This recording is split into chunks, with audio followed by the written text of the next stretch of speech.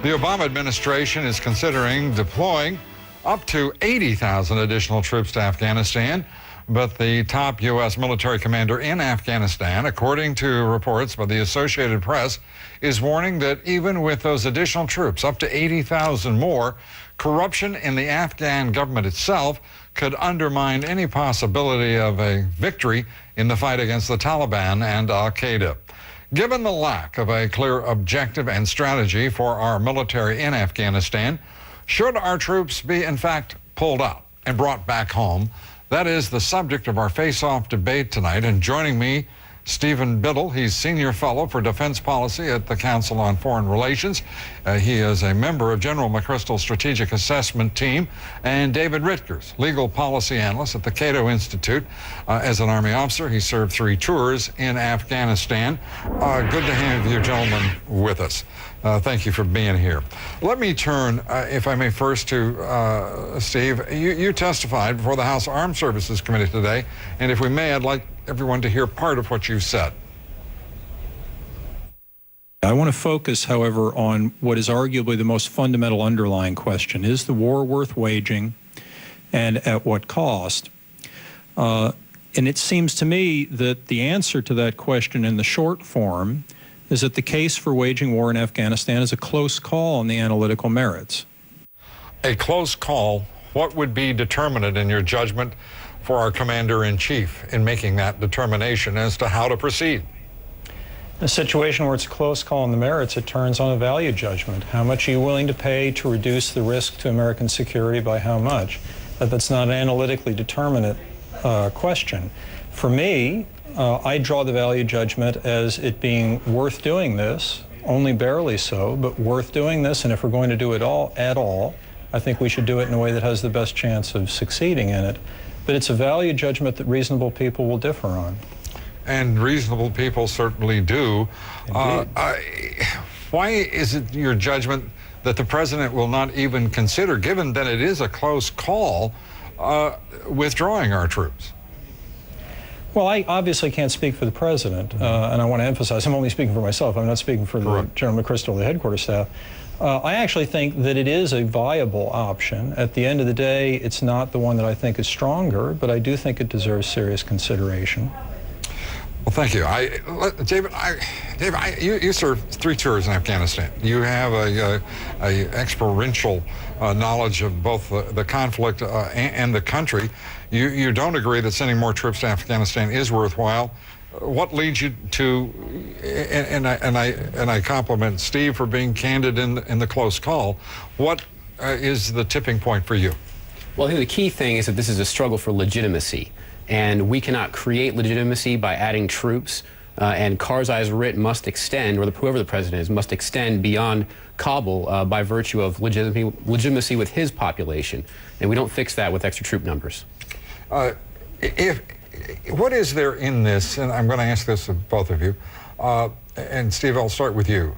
What is there in this in which the American people have been told by commanders, including General David Petraeus, to be prepared for counterinsurgency, long wars, whether it be Iraq, whether it be Afghanistan, or in other conflicts?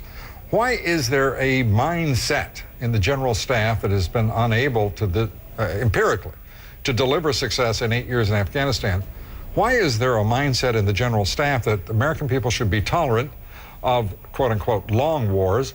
And why should the American people be tolerant of conflicts in which the United States does not bring to bear its technological advantage, rather than put forward troops and engage troops in combat that would be unnecessary if the United States were prepared to save those lives and to limit the cost in lives and limbs and blood in favor of that technological advantage being deployed and carried out on the battlefield? Well, if technology could solve this problem, I guarantee you that the U.S. military would prefer that solution. The trouble is this form of warfare is one which is unusually resistant to high technology solutions. The heart and soul of counterinsurgency is whether or not you can protect a civilian population from the depredations of the insurgents. The insurgents are dressed in civilian clothing, concealed in and among the population itself. That's not a problem that we can solve from 30,000 feet with a precision-guided bomb. It requires people on the ground able to persuade the civilian population that we will protect them so they can tell us safely who the insurgents are and who the innocents are. If that's a problem we could crack with better equipment, I guarantee you we would do it. But I don't think anyone knows how to do that. Dave, your thoughts? Well, I think that if we look at the way that Afghanistan's population is spread so thinly across the entire country, a country both more populous and larger than Iraq, the number of troops we would have to use to achieve the goal of securing the entire Afghan populace, we're looking in the order of 200,000. So I think that we need to tie our resources to a more realistic goal, which is deterring Al-Qaeda from attacking us from those areas. That's what we went there to do, and if we're going to have a mission there, that's where it should remain. And with the issue that the Karzai government is corrupt, and that corruption, by the way, as you suggest, Dave, extends well beyond Kabul. It is nationwide. It is, in fact, endemic and pervasive corruption. It is even a way of life, one could argue, in Afghanistan. What is the national objective here, if we can anticipate the president by a few weeks? What is the national objective here that cannot be achieved by some other means rather than the loss of lives, limbs, and blood, all American? Well, that's a good question, and that's why I think we have to take a hard look at what is the value added of whatever it is, 40,000 or 80,000 troops that we can achieve with a moderate footprint until the Afghan government grows to the capacity that it needs for its internal legitimacy. Steve, you get the last word here tonight. Well, I think our interests in the country are quite clear. They're not unlimited, but they're quite clear that Afghanistan not become a base for attacking us and it not become a base for attacking Pakistan, its neighbor. Pakistan is a nuclear-armed country with an ongoing insurgency within its borders and an al-Qaeda base located right there.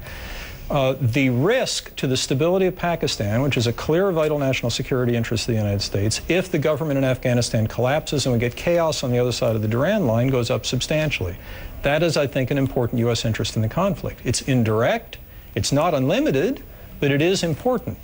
And I think it's worth effort to try and secure.